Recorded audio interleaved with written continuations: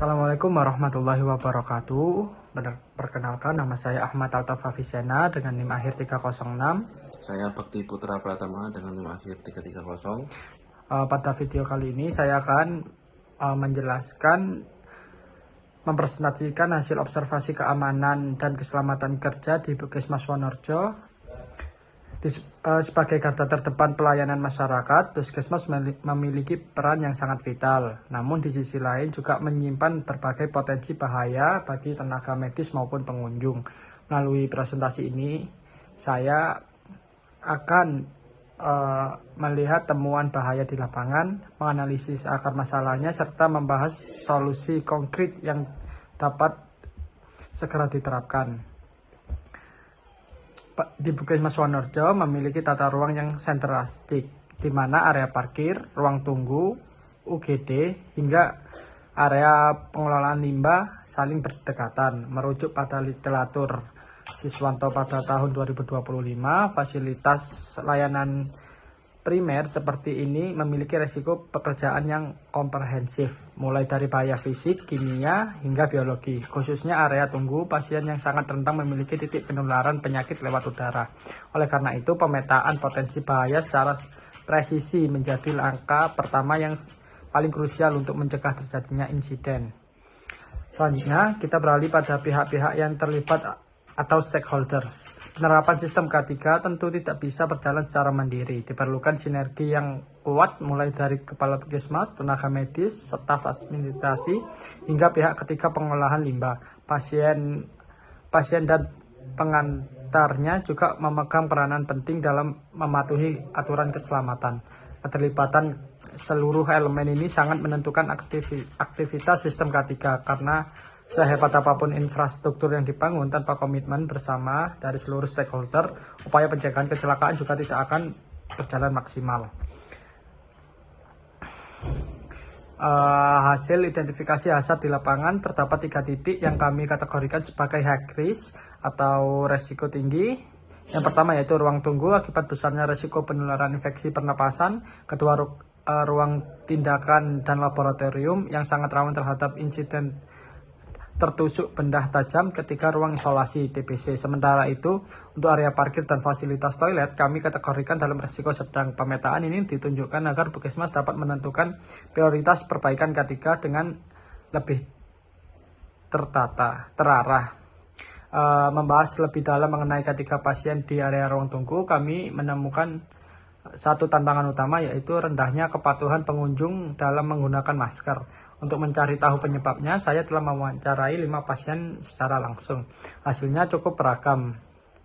Yang pertama yaitu Bapak Endra yang lupa membawa masker karena terburu-buru, serta Ibu Nurul yang mengira masker tidak lagi diwajibkan. Di sisi lain, Bapak Yanto dan Ibu Rini mengeluh rasa sesak saat harus memakai masker terlalu lama.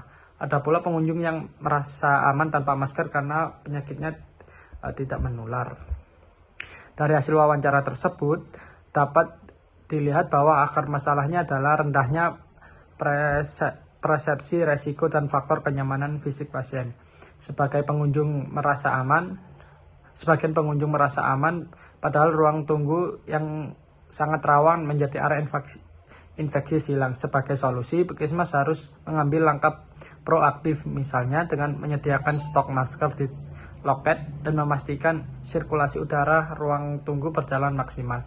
Hal ini sejalan dengan peraturan pemerintah nomor 47 tahun 2016, di mana setiap pasien memiliki hak penuh untuk mendapatkan pelayanan di lingkungan yang higienis dan terlindungi dari potensi penyakit menular. Untuk selanjutnya yaitu temuan yang paling kita temukan yang signifikan terletak pada area parkir depan dengan kapasitas yang sangat terbatas. Pada jam operasional sibuk, kendaraan seringkali menumpuk dan menghalangi jalur sirkulasi utama. Dampak paling fatal dari kondisi ini adalah terhambatnya akses mobil ambulans menuju ruang UGD pada saat gawat darurat. Untuk mengatasi masalah tata ruang ini, kami merekomendasikan penerapan sistem parkir satu arah atau one way, serta penyediaan area drop-off khusus ambulans yang harus selalu steril dari kendaraan pribadi, pengunjung maupun staf. Lalu beralih pada K3 pengolahan limbah medis. Puskesmas Wonorejo telah memiliki tata kelola limbah yang sangat memadai. limbah cair medis telah dialirkan dengan baik menuju instalasi pengelolaan air limbah atau IPAL di bagian belakang. Sedangkan untuk limbah padat B3 seperti jarum suntik bekas setelah ditampung dalam safety box dan pemusnahannya dikerjasamakan dengan pihak ketiga yang berizin resmi. Praktik ini sangat sesuai dengan Peraturan Menteri Lingkungan Hidup dan Kehutanan tahun 2015 dan terbukti efektif melindungi tenaga medis sekaligus mencegah pencemaran lingkungan. Untuk selanjutnya yaitu bagaimana sebuah kecelakaan kerja bisa terjadi.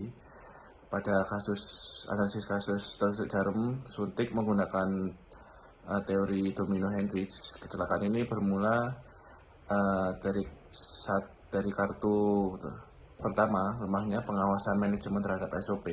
Hal ini memicu jatuhnya kartu kedua, yaitu letak safety box yang terlalu jauh atau kondisi perawat yang kelelahan. Kartu ketiga yaitu jatuh ketika perawat melakukan tindakan tidak aman, yaitu menutup jarum suntik secara terburu-buru dengan dua tangan. Rangkaian ini memicu kartu keempat, yaitu insiden tertusuk jarum yang akhirnya menimbulkan kerugian fatal bagi pekerja. Namun yang pendekatan yang menurut saya paling menyadarkan manajemen adalah teori gunung atau iceberg teori. Kecelakaan kerja yang tampak di permukaan seperti luka tertusuk jarum, biayanya mungkin lebih kecil, tetapi kerugian di bawah permukaan jauh lebih mengerikan. Bayangkan hilangnya jam kerja produktif perawat, menurunnya moral pekerja lain, hingga hancurnya reputasi puskesmas di mata masyarakat jika terjadi penyebaran infeksi wabah.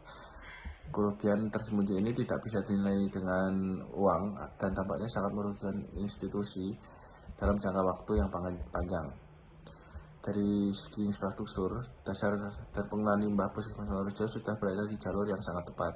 Namun pekerja rumah, utamanya pada aspek pengendalian perilaku dan tata ruang, risiko penularan di ruang tunggu dan sebaiknya akses standar di parkiran harus segera ditangani. Solusinya dapat diwujudkan dengan sangat efisien, mulai dari rekayasa jalur parkir, penyediaan masker secara produktif, hingga penempatan safety box yang lebih ergonomis.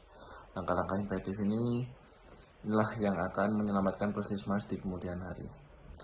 Dari observasi ini kita mengatakan bahwa K3 bukanlah sekedar formalitas belaka. K3 adalah wujud nyata dari komitmen institusi untuk melindungi nyawa para tenaga medis yang mengabdi di masyarakat yang mencari kesembuhan. Jika lingkungan kerjanya aman, saya sangat yakin kualitas pelayanan Puskesmas Wonorejo akan semakin meningkat. Demikian presentasi kami. Assalamualaikum warahmatullahi wabarakatuh.